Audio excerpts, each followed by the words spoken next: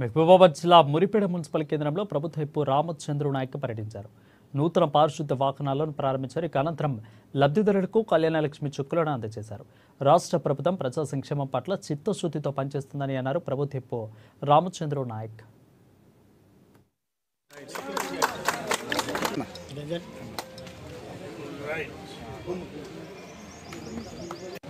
తెలంగాణ రేవంత్ రెడ్డి గారు ముఖ్యమంత్రిగా పగ్గాలు చేపట్టిన తర్వాత రాష్ట్రంలో గతంలో కళ్యాణ లక్ష్మి, అదేవిధంగా షాదీ ముబారక్ కార్యక్రమం, పెన్షన్ల కార్యక్రమం తీసుకుంది కాంగ్రెస్ ప్రభుత్వం.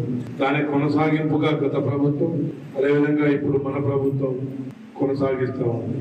అందులో ఆడబిడ్డల పెళ్లిళ్లకు ప్రభుత్వ సహాయంగా ఇచ్చే కళ్యాణ లక్ష్మి, షాదీ ముబారక్ చెక్కులు ఇస్తూనే ప్రభుత్వం రేవంత్ రెడ్డి గారు ఇచ్చిన ప్రతి హామీ ఒక్కొక్కటిగా నెరవేర్చే కార్యక్రమం రాష్ట్రంలో సాగుతూ ఉంది.